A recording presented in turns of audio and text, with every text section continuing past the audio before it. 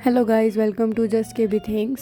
So I welcome you all and आज मैं आपको अपने वर्क एक्सपीरियंस के बारे में कुछ चीज़ें शेयर करना चाहूँगी। तो आपने आजकल इंस्टा पे सुना होगा कि सब अपने लाला कंपनी के बारे में बात कर रहे हैं, तो मैं भी अपनी लाला स्कूल के बारे में बात करना चाहूँगी। यहाँ मैं पढ़ती नहीं थी, यहाँ मैं पढ़ाती थी एज अ टीचर। तो ये मेरी फर्स्ट जॉब थी और ये बहुत अच्छी होनी चाहिए थी, लेकिन अनफॉर्चुनेटली मैं एक लाला स्कूल में फंस गई एंड वहाँ का वर्किंग एनवायरनमेंट ऐसा था कि उसने मेरे मेंटल पीस, फिज़िकल हेल्थ सबकी धज्जियाँ उड़ा के रख दी। सो स्टार्ट करते हैं इस लाला स्कूल के बारे में। तो ये जो लाला स्कूल था, इस लाला स्कूल में टीचर्स के लिए एक प्रॉपर वॉशरूम की फैसिलिटी तक नहीं थी। उन्होंने वॉशरूम मेरा फर्स्ट डे ऐसा था कि मैंने कुछ टीचर से पूछा कि स्टाफ का वॉशरूम कहाँ है।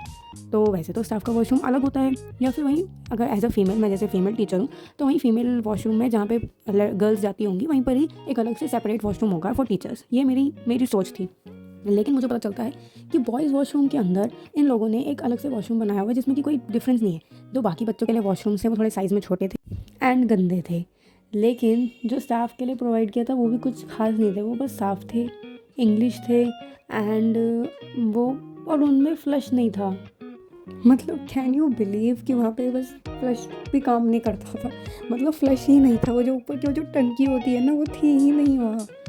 उसके बाद फिर लाला कंपनी में दूसरी चीज़ क्या थी कि वहाँ की प्रिंसिपल, वो दिखने में तो इतनी अच्छी और इतनी स्वीट लगती थी कि मुझे ऐसा लगता था कि वो कितनी अच्छी है। ऑल्दो नो डाउट उसका नॉलेज बहुत अच्छी थी, बहुत ज़्यादा थी, क्योंकि वो ओल्ड थी, ठीक है, बड़ी उम्र की थी, एजिड थी एंड उसके पास बहुत ज़्यादा वर्क एक्सपीरियंस था। लेकिन उतनी ज़्यादा ना वो अपने आप को सुपीरियर समझती थी। वो ना समझती थी कि वो सबसे टॉप पे है, उससे ऊपर कोई है ही नहीं। एप्रिसिएशन तो उसने कभी किसी को दिया ही नहीं। जितना टाइम मैंने वहाँ पे रही हूँ उस लाला स्कूल में, उतने टाइम तक मैंने देखा ही नहीं कि उसने किसी को एप्रिसिएशन दिया हो।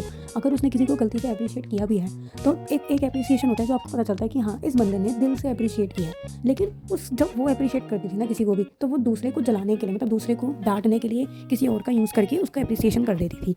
ऑल्दो वो फील कुछ नहीं करती थी, या फिर कुछ अपने मतलब के लिए, जैसे कि वो चाहती है कि एक टीचर के ऊपर बर्डन बना रहे। ठीक है, एक टीचर की क्लास में 60 बच्चे हैं, 70 बच्चे हैं, वो अकेले संभाल रही है बिना कुछ बोले।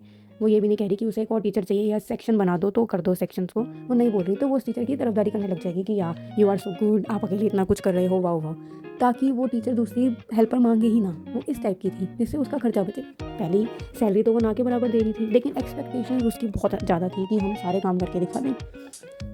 और पता नहीं क्या ही चाहती थी वो सही में। दूसरे को तो वो कुछ टाइम ही नहीं देती थी।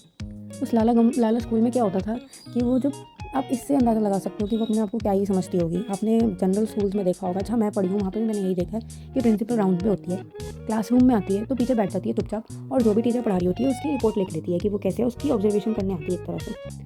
ये लाला स्कूल की जो प्रिंसिपल थी, ये बाकायदा क्लास में आती है और टीचर को साइड में हटा के खुद पढ़ाने लग जाती है, ये बोल के कि तुम्हें तो पढ़ाना ही नहीं आता। और इतनी तेज़ बच्चों के सामने शाउट कर देती है और बिल्कुल ही दूसरे टीचर का तो बिल्कुल ही मोराल डाउन कर देती है कि तुम्हें कुछ आता ही नहीं है। वो भी बच्चों के सामने बोल देती है ये सब चीज़ें। ऑल्दो उसने मुझे ऐसे नहीं बोला, ये धीरे ही बोला, लेकिन मैंने दूसरे टीचर्स का एक्सपीरियंस सुन के ही बोला और मैंने देखा भी है कि वो कैसे करती थी। तो वो वहीं पर ही शाउट करने लग जाती थी। उसको ये भी मतलब नहीं था कि ये इन बच्चों की टीचर है, ये तो रायता फैला के चली जाएगी, उसके बाद संभालना तो टीचर नहीं है। ये भी उसको मतलब नहीं होता था। वो अपना शाउट करके अपने आप को सुपीरियर दिखा के कि उसको ही सब कुछ आता है, ये करके वो अपना पढ़ाने लग जाती थी और चलती बनती थी। ये उसका वो था। और उसी सेम स्कूल में उसका कोई रिश्तेदार भी पढ़ता था, ठीक है, छोटा बच्चा पढ़ता था, उसी के रिलेशन में होगा।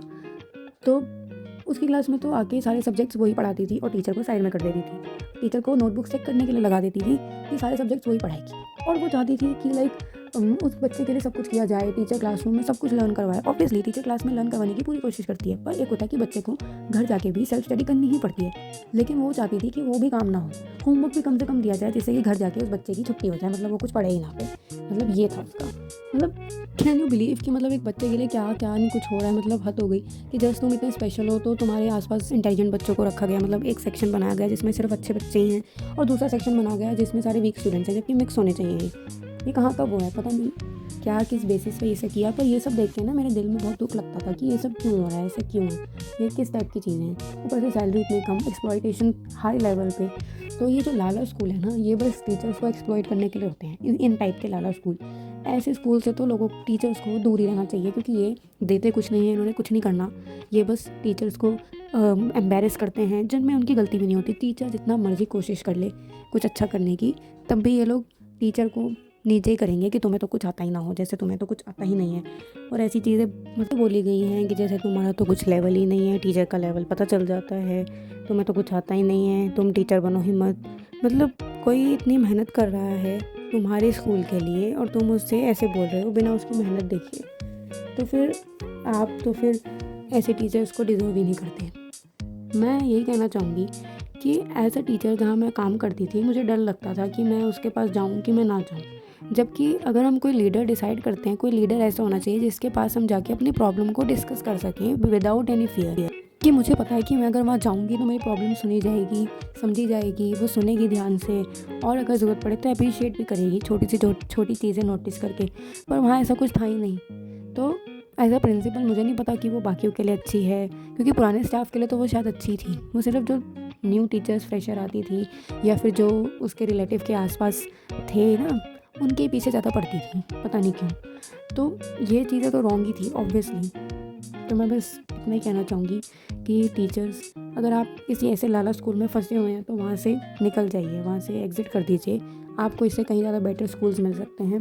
अपनी मेंटल पीस को ऐसे लाला स्कूल में डिस्ट्रॉय करने की कोई भी ज़रूरत नहीं है। आप इससे कहीं ज़्यादा बेटर डिज़र्व करते हैं। वहाँ रहेंगे तो आपकी सिर्फ मेंटल हेल्थ ख़राब होगी और फिज़िकल हेल्थ भी ख़राब होगी, और ये मैं अपना बता रही हूँ अपने एक्सपीरियंस से, क्योंकि मेरे साथ ऐसा हुआ है।